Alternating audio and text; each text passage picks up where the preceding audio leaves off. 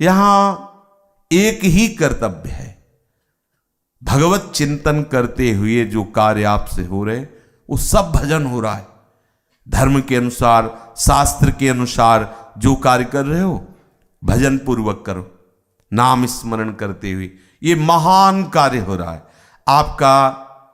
भले ज्ञान विज्ञान अंदर स्फुरित ना हुआ हो, लेकिन आपका काम हो रहा है। नाम जप रहे हो ना, जिह्वा से नाम जप रहे हो, काम हो।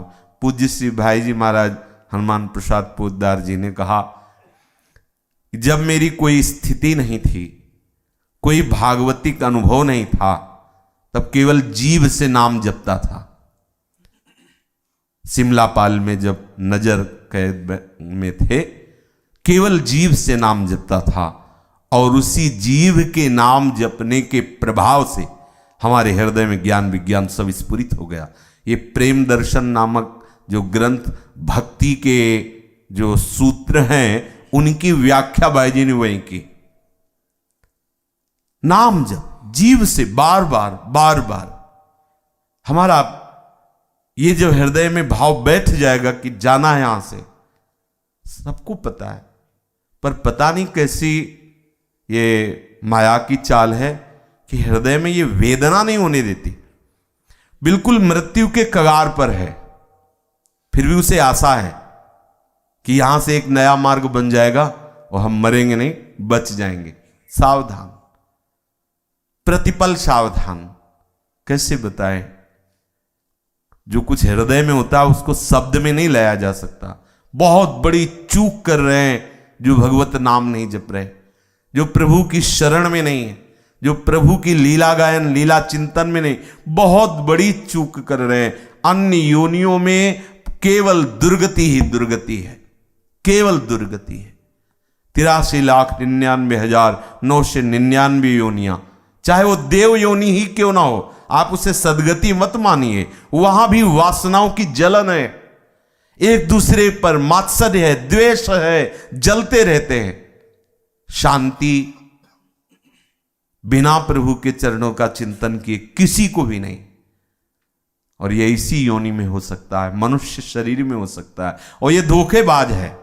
दुर्लभो मानसो देहो पर देही नाम क्षण भंगुरा, कभी भी नष्ट हो सकता है। उसको पता था क्या कि ये शुरू होगा, हो जाएगा काम? ये थोड़ी, ये था कि शुरू होगा, आप शरीर धीरे धीरे स्वस्थ होता जाएगा। सबकी आकांक्षा यही रहती है, ये हो जाएगा फिर धीरे धीरे हम स्वस्थ हो जाएंगे। किस लिए ऐसी आकांक्षा से हम अपने लक्ष्य से च्युत हो जाते हैं? उपासक आज ही ये आकांक्षा करे जिसमें ये विविध प्रकार के क्लेशों का एक साथ उदय होता है। मुख में लार भी नहीं बनती, सूख गया यहां से यहां तक, जबान हिलाने की भी सामर्थ्य नहीं रह गई। क्या बोलोगे राधे श्याम? क्या चिंतन बनेगा प्रिया प्रीतम का? अभी वो कष्ट नहीं आया इसलिए आपको समझ में नहीं आ रहा। जब वो कष्ट आता है, आह मच जाता है।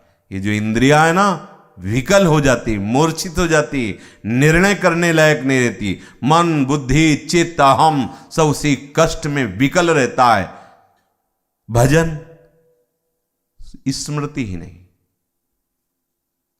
ये सबके जीवन में आएगा एक बार, कम से कम अंतिम समय तो आता ही है।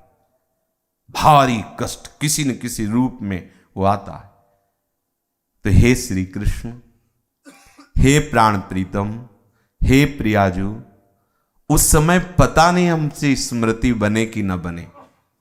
कृष्ण त्वदीय पद पंकज पंजरांते अद्यैव में विसतु मानस राजहंसा। ये मेरा मन रूपी राजहंस आज ही आपके श्री चरण कमल रूपी पिंजरे में कैद हो जाए, मेरा मन आपके चरणों में समर्पित हो जाए। नहीं तो जिस समय कष्ट का समय आता है, कंठावरोधर विधो स्मरणम कुतस्ते, भयानक कष्ट है उस समय भगवत स्मृति। यह अभ्यास ना होने की बात करें, और एक गर्व से कहते हैं, ठसक से कहते हैं, बिल्कुल इसमें न इतना भय है न संकोच है। कितना भी भयानक कष्ट हो, श्री कृष्ण शरणागत प्रियाजू के चरणों का आश्रय लेने वाला, उस समय भी एक कोई अलग जगह ऐसी होती है जहां से वो कष्ट को देखता है, कष्ट उसे छू नहीं सकता। स्मृति की तो बात जाने दो, ये प्रिया प्रीतम छोड़ते ही नहीं। दुलार की बात जाने दो, समा जाते हैं, गोद में लिए रहते हैं। कैसे? दोनों बात समझ लीजिए। अगर एक सीमा है, उसको आप पार नहीं हुए तो फिर ये स्थिति रहती है, नहीं होता भजन। सब इंद्रियां कष्ट से विकल होती, कौन भजन करे? क्योंकि अहम शरीर में लगा हुआ है, और जब अहम प्रभु में लगा होता है, अलग आनंद रहता है। इसलिए प्रयासरत रहो।